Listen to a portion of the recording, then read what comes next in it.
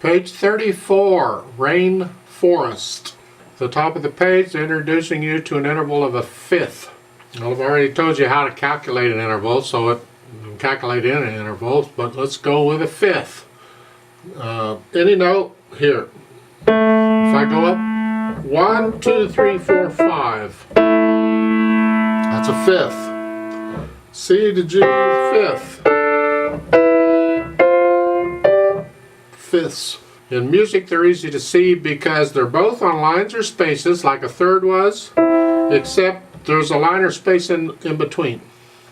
So look at the rainforest. In the first measure, you have an F and a C. That's a fifth. If you look at it, both notes are on a line, and there's an empty line in between them. That's a fifth. It's a quick way of noticing a fifth.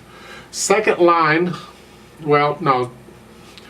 Go over to the last two measures of the first line. See, in the left hand you have the F and the C, that's a fifth. In the right hand you have a D and an A, that's a fifth. They're both on spaces and there's an empty space in between. So fifths are easy. Thirds and fifths are easy to see. And a fifth happens to be 2/3. Here and here. If I put a note, that's 2/3. Because everybody knows 3 and 3 makes 5. You know. I mean, it makes sense. That's music for you. I'll explain the math behind it a little later on. I'm just having fun. In Rainforest, 4/4 time. Again, I'm going to talk about both hands at the same time because you're not using a lot of different notes here. You're basically using these notes in the left hand. You have an A stuck in there in the second measure of the last line. And the right hand using these notes. And then in the second line, first measure, you have an F in there. Just here. Throughout the piece. So the notes aren't hard. Quarter notes and whole notes and half notes, you can count those. The rhythm shouldn't be hard, I'm hoping. Dynamics, not a lot going on. You can experiment with the dynamics. Medium soft, sort of soft. Second line, sort of loud, a little louder, not a lot. And then the last measure, you back down to medium soft. They have a note, second line next to the last measure, slowing down. So you're just slowing the count down. So these whole notes are going to last longer, or seem to last longer than 4 counts, because you're slowing the count down. That's all. In the last measure, there's an 8 VA above it, so the notes are written here. You've got to take them up an octave, both notes.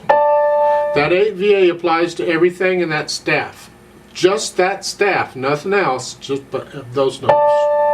Yeah. Now there's a couple little gotchas in here. A gotcha is what I call it. It'll get you if you're not looking out. You got to be careful. And the first one is at the end of the first line, the last two measures. The left hand is tied. Both of those whole notes are tied. You see the two curved lines? You got to hold that down for both measures. So when you play the last measure in the right hand, the left hand stays down for that one. So watch out for that. Then in the last line, the second line, the last two measures, first you're here for the next to the last measure. And then for the last measure, the right hand has to go up here an octave up. There's no rest. There's no time to go up there. You got to cut this note a little bit short and get up there. Now, what you can do when you do this is go ahead and let the left hand up at the same time here, or if you'd like, leave the left hand down and then lift the left hand up as you play this note. It doesn't hurt to practice both methods, both ways of doing this, because it can come in handy. In this piece it doesn't really matter which way you do because the pedal's down and the sound's going to keep going no matter what. But the point is you got to get your right hand up there quickly, and you may have to practice that. We practice these hand moves in piano when we need to. And what I do when I do this is my hand is in this position. I'm going to leave it in that position, and I'm simply aiming one finger, like maybe the thumb. If I leave my hand in this position, the little finger should be where I need it. But I'm not trying to aim 2 fingers here. It's 1 finger. You can do it with a little finger if you'd rather. Normally I do it with a melody note. Well, I can't tell there's any melody in this, so if you want to practice aiming the little finger, that's good practice. And then let the thumb go along for the ride. Takes some time. Go slow. And gradually, in time, you'll be able to speed that up a little bit.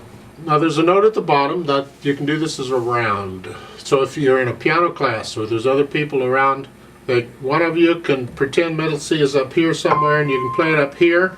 Another person can play down here, wherever we are. Another person can just pretend middle C is somewhere else on the piano and you can play it all down here. Doesn't sound good, does it? And you're starting it every 2 measures, each person. So one person will start at the beginning. And then when they get to the 3rd measure, the next person begins at the beginning. And then when that person gets to the 3rd measure, then another person can start it at the beginning. So you're all playing the same piece, but at different times. That's a round. They're fun. We're not going to do a round because it's just me. So, okay. Now there's a pedal indication here, and they want you to put the pedal down right after you play the note here at the beginning. You got to hold it down for the whole piece.